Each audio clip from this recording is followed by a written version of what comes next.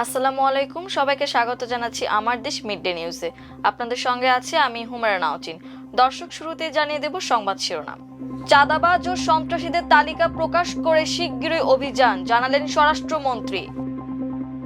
6 city কর্পোরেশনে প্রশাসক নিয়োগের বৈধতা চ্যালেঞ্জ করে রিট। জুলাই সনদ নিয়ে হাইকোর্টের রুলে উদ্বিগ্ন জামায়াত, হঠকারী পদক্ষেপ থেকে বিরত থাকার আহ্বান।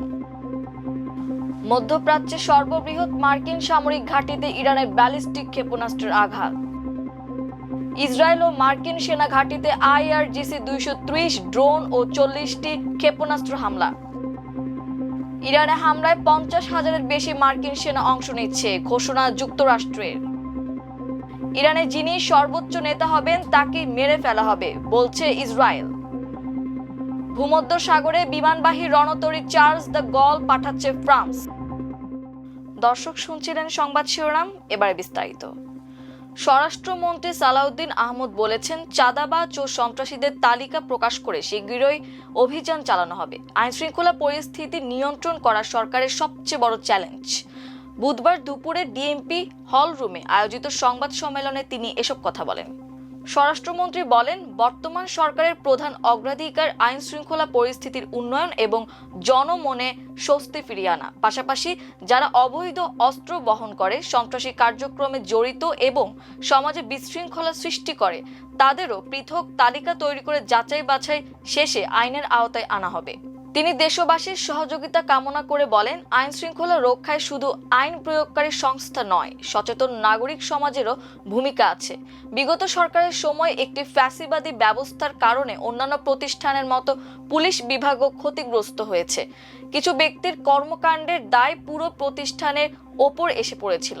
তবে বর্তমানে সরকার পুলিশকে তাদের ঐতিহাসিক গৌরবোজ্জ্বল ভূমিকায় ফিরিয়ে নিতে চায়।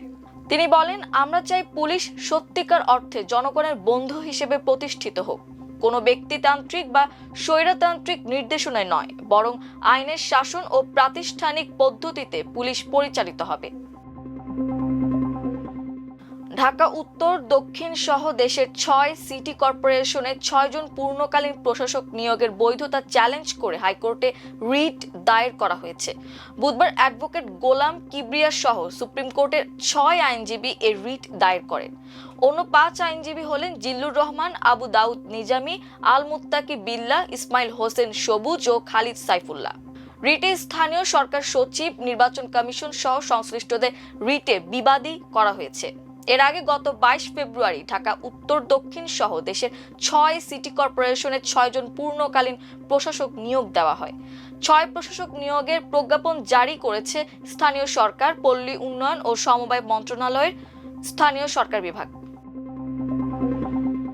হাইকোর্টে জুলাই সনদ বাস্তবায়ন সংক্রান্ত আদেশ, সংবিধান সংস্কার সভার শপথ গ্রহণ, গণভোটের প্রশ্ন এবং ঐক্যমত্যের ভিত্তিতে গৃহীত 30টি সংস্কার প্রস্তাবের বিষয়ে 4 সপ্তাহের রুল জারি করা হয়েছে।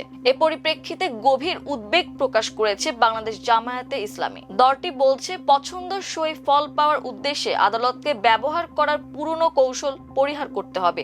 সরকার যদি জুলাই সনদ বাস্তবায়নের প্রতিশ্রুতি থেকে সরে দাঁড়ায়, তবে তা জনগণের প্রত্যাশার পরিপন্থী হবে।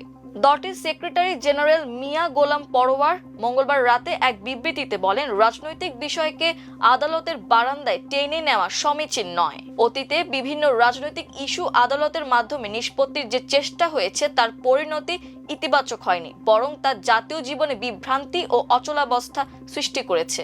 তিনি আরো বলেন, সরকারের আচরণে প্রতীয়মান হচ্ছে যে রাজনৈতিক দায় এড়িয়ে আদালতের ওপর চাপ সৃষ্টি করে রাজনৈতিক ফায়দা হাসিলের অপচেষ্টা চলছে। পরিকল্পিতভাবে রিট পিটিশন দায়ের করিয়ে পর্দার আড়াল থেকে ইন্ধন দেওয়া হলে তা হবে দ্বিচারিতা ও আত্মঘাতী পদক্ষেপ। মিয়া গোলাম পরোয়ার বলেন, পছন্দসই ফল পাওয়ার উদ্দেশ্যে আদালতকে ব্যবহার করার পুরনো কৌশল পরিহার করতে হবে। সরকার যদি জুলাই সনদ বাস্তবায়নের প্রতিশ্রুতি থেকে সরে দাঁড়ায়, তবে তা জনগণের প্রত্যাশার পরিপন্থী হবে। দেশবাসী মনে করে, দেশের জনগণ ও জুলাই সনদকে মুখোমুখি দাঁড় করানোর যে কোনো অপচেষ্টা জাতীয় ঐক্যকে ক্ষতিগ্রস্ত করবে। অনতিবিলম্বে এ ধরনের হঠকারী পদক্ষেপ থেকে বিরত থাকার জন্য আমি সরকারের প্রতি আহ্বান জানাচ্ছি এবং সংলাপ ও ঐক্যমত্যের ভিত্তিতে রাজনৈতিক সমস্যার সমাধান করার উপর গুরুত্ব আরোপ করতে হবে। ইরান কাতারকে লক্ষ্য করে আরও 2টি ব্যালিস্টিক ক্ষেপণাস্ত্র ছুড়েছে বলে জানিয়েছে দেশটির প্রতিরক্ষা মন্ত্রণালয়।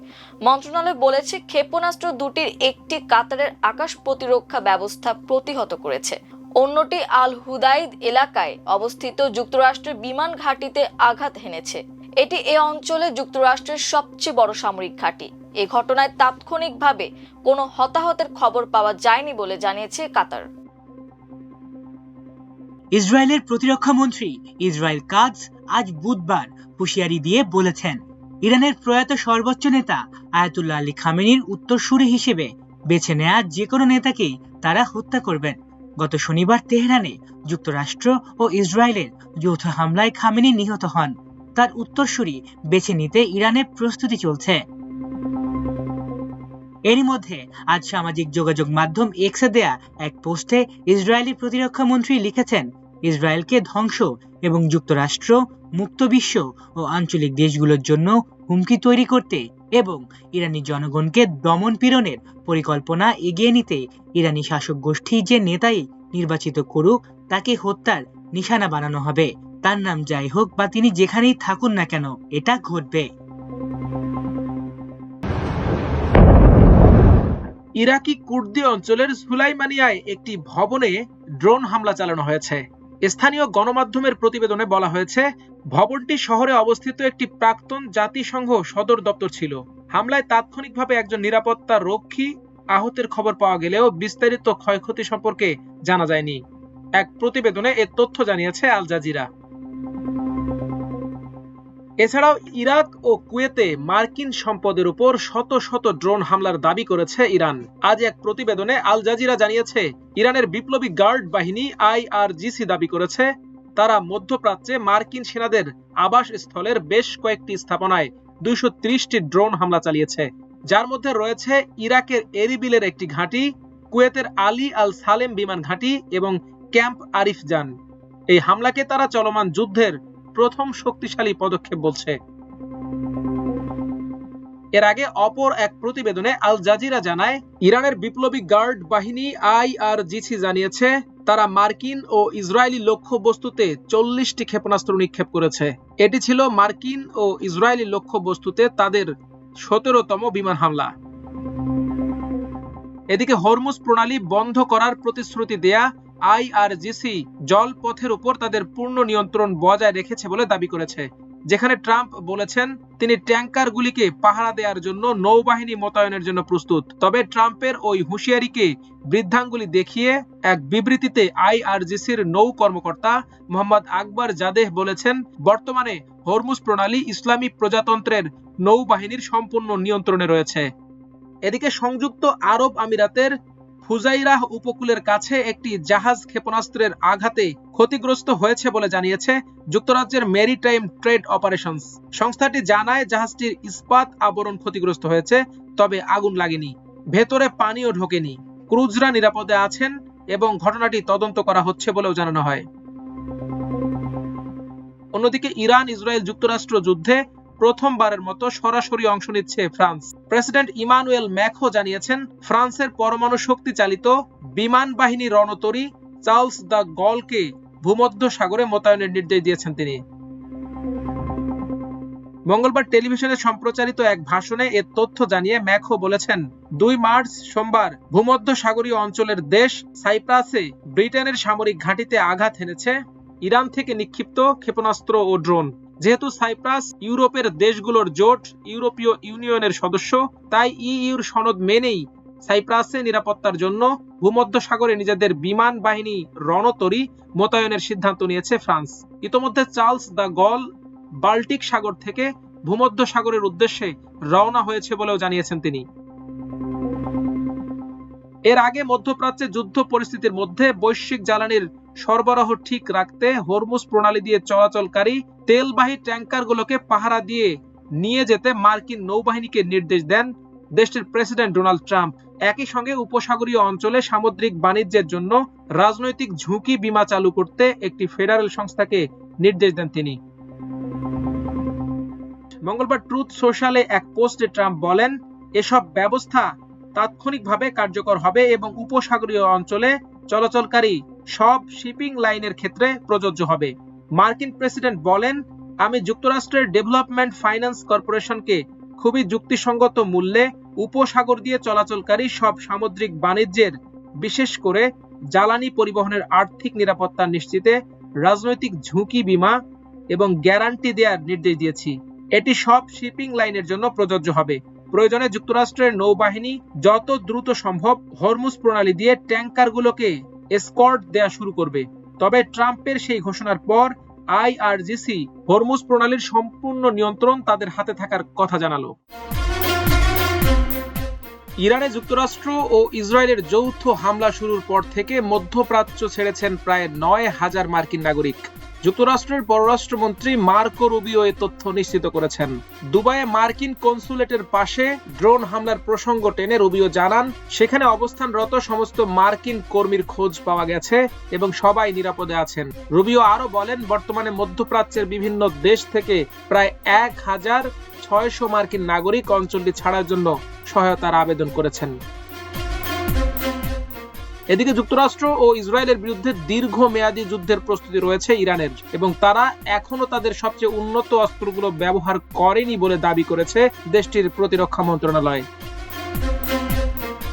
মন্ত্রণালয়ের মুখপাত্র রেজা তালাইনিক বলেন, এই চাপিয়ে দেয়া যুদ্ধে দীর্ঘ সময় ধরে প্রতিরোধ গড়ার ও আক্রমণাত্মক প্রতিরক্ষা চালিয়ে যাওয়ার সক্ষমতা আমাদের আছে। রেজা তালাইনিক আরো বলেন, যুদ্ধের প্রথম দিনগুলোতে আমরা আমাদের সমস্ত উন্নত অস্ত্র ও সরঞ্জাম ব্যবহার করি না। এদিকে ইরানের পাল্টা আঘাত হানার সক্ষমতা ক্রমেই হ্রাস পাচ্ছে বলে দাবি করেছেন মার্কিন সেন্ট্রাল কমান্ডের প্রধান জেনারেল কুপার। ইরানের ক্ষেপণাস্ত্র ও লঞ্চার লক্ষ্য করে নিয়মিত হামলার ফলে দেশটির এই সক্ষমতা কমে আসছে বলে জানান তিনি। জেনারেল কুপার বলেন, যুক্তরাষ্ট্র ও ইসরায়েলের হামলার প্রতিশোধ নিতে ইরান এখন পর্যন্ত 500টিরও বেশি ব্যালিস্টিক ক্ষেপণাস্ত্র এবং 2000-এরও বেশি ড্রোন ছুড়েছে। তবে বর্তমানে ইরান তাদের উৎক্ষেপণ সক্ষমতা নিয়ে বড় ধরনের সংকটের মুখে পড়েছে। মার্কিন এই সামরিক কর্মকর্তা বলেন, আমরা দেখছি আমাদের এবং আমাদের সহযোগীদের ওপর আঘাত হানার সক্ষমতা ইরানের দিন দিন কমছে। অন্যদিকে আমাদের সমর শক্তি আরো বাড়ছে। আমার সামগ্রিক মূল্যায়ন হলো আমরা আমাদের পরিকল্পনা অনুযায়ী লক্ষ্য অর্জনে অনেক এগিয়ে আছি। যুক্তরাষ্ট্র জানিয়েছে, ইরানে গত শনিবার অভিযান শুরুর পর থেকে এখন পর্যন্ত প্রায় 2000 লক্ষ্যবস্তুতে হামলা চালিয়েছে যুক্তরাষ্ট্র। হামলায় একটি সাবমেরিন সহ ইরানের 17টি রণতরী ধ্বংস করা হয়েছে বলে দাবি করেছেন মার্কিন সেন্ট্রাল কমান্ডের প্রধান অ্যাডমিরাল কুপার। সামাজিক যোগাযোগ মাধ্যম এক্সে পোস্ট করা এক ভিডিও বার্তায় কুপার বলেন, এই অভিযানে যুক্তরাষ্ট্রের 50,000-এরও বেশি সেনা, 200 যুদ্ধবিমান, 2টি বিমান বাহিনী রণতরী এবং বোমারু বিমান অংশ নিচ্ছে। আমাদের সক্ষমতা আরো বাড়ানো হচ্ছে। কুপার বলেন, আমরা ইরানের আকাশ প্রতিরক্ষা ব্যবস্থা মারাত্মকভাবে ক্ষতিগ্রস্ত করেছি এবং তাদের শত শত ব্যালিস্টিক ক্ষেপণাস্ত্র, লঞ্চার ও ড্রোন ধ্বংস করেছি। ইরাকের রাজধানী বাগদাদে আন্তর্জাতিক বিমানবন্দরের কাছে অবস্থিত মার্কিন দূতাবাসের লজিস্টিক সাপোর্ট ক্যাম্প লক্ষ্য করে হামলা চালানো হয়েছে। আজ সকালে আল জাজিরা আরবির এক প্রতিবেদক জানিয়েছেন, একটি ড্রোন বাগদাদ আন্তর্জাতিক বিমানবন্দরের কাছে অবস্থিত মার্কিন দূতাবাসের লজিস্টিক সাপোর্ট ক্যাম্প লক্ষ্য করে হামলা চালিয়েছে। তবে ক্ষয়ক্ষতির পরিমাণ বিস্তারিত জানা যায়নি। ইরানে যুক্তরাষ্ট্র এবং ইসরায়েলের হামলার পর সংঘাত মধ্যপ্রাচ্য জুড়ে বিস্তৃত হয়েছে। এতে কেবল যে প্রাণহানি ঘটছে তাই নয়, শত শত কোটি ডলারের সামরিক অস্ত্র ধ্বংস হচ্ছে। উপসাগরীয় অঞ্চলে যুক্তরাষ্ট্রের সবচেয়ে বড় রেডার ব্যবস্থা ধ্বংস করে দেওয়ার দাবি করা হয়েছে ইরানের কয়েকটি গণমাধ্যমের খবরে। বলা হয়েছে, কাতারে অবস্থিত যুক্তরাষ্ট্রের সবচেয়ে বড় রেডার AN/FPS 132 ব্যবস্থা ধ্বংস করা হয়েছে। ক্ষেপণাস্ত্রের নিখুঁত মামলায় $110 কোটি মূল্যের এই বিশাল রেডার ব্যবস্থা ধ্বংস হয়েছে। ইরানের গণমাধ্যম ও অন্যান্য পত্রপত্রিকাগুলো রেভলিউশনারি গার্ড কোর IRGC এর জনসংযোগ বিভাগের উদ্ধৃতি দিয়ে জানিয়েছে, কাতারের আল উদেইদ বিমান ঘাঁটিতে অবস্থিত এই রেডারটি 5000 কিলোমিটার দূর পর্যন্ত লক্ষ্যবস্তু শনাক্ত করতে সক্ষম ছিল। ওই অঞ্চলে আকাশসীমায় কোনো ক্ষেপণাস্ত্র ঢুকলেই সেটিকে চিহ্নিত করে সতর্ক করে দিত এই রেডার ব্যবস্থা। ফলে উপসাগরীয় অঞ্চলে এই ব্যবস্থার কারণে অনেকটাই সুরক্ষিত ছিল। কাতারের কয়েকজন কর্মকর্তারাও এই রেডারের ক্ষতির কথা স্বীকার করেছেন বলে দাবি করা হয়েছে খবরে। এই রেডারটি মূলত ইরানের ক্ষেপণাস্ত্র কার্যক্রমের উপর নজরদারি করার জন্য 2013 সালে স্থাপন করা হয়েছিল। এদিকে যুক্তরাষ্ট্রের পক্ষ থেকে ইরানের উপর চালানো অভিযানের নাম দেয়া হয়েছে এপিক ফিউরি। এই অভিযানে ওয়াশিংটন তাদের সবচেয়ে শক্তিশালী মারণাস্ত্রগুলো ব্যবহার করছে। এর মধ্যে রয়েছে B-2 বোম্বার। প্রতিটি $100 কোটি বেশি মূল্যের এই স্টিলথ বোম্বারগুলো মার্কিন বিমান বাহিনীর সবচেয়ে শক্তিশালী হাতিয়ার। Lucas drone. মার্কিন সেন্টার কমান্ড জানিয়েছে তারা স্বল্প মূল্যের লুকাস ড্রোন ব্যবহার করছে, যা অনেকটা ইরানি নকশার শাহেদ 136 ড্রোনের আদলে তৈরি। ইরানের পাল্টা হামলা রুখতে প্যাট্রিয়ট ও থার্ড ক্ষেপণাস্ত্র প্রতিরক্ষা ব্যবস্থা সক্রিয় করা হয়েছে। এছাড়া যুদ্ধজাহাজ ও বিমানবাহী রণতরীও মোতায়েন রয়েছে। মার্কিন প্রেসিডেন্ট ডোনাল্ড ট্রাম্প এবং ইরান কর্তৃপক্ষ উভয়ই ইঙ্গিত দিয়েছে যে এই সংঘাত বেশ কিছু সময় ধরে চলতে পারে। তার মধ্যে বিশেষ করে উপসাগরীয় দেশগুলোর আকাশ প্রতিরক্ষা ব্যবস্থার প্রধান নজরদারি কেন্দ্র ক্ষতিগ্রস্ত হওয়ায় ওই অঞ্চলে নিরাপত্তা ব্যবস্থা বড় ধরনের ধাক্কা খেল বলে মনে করা হচ্ছে। দর্শক, এই ছিল আমার দেশ মিড ডে নিউজে। এতক্ষণ আমাদের সঙ্গে থাকার জন্য অসংখ্য ধন্যবাদ। আল্লাহ হাফেজ।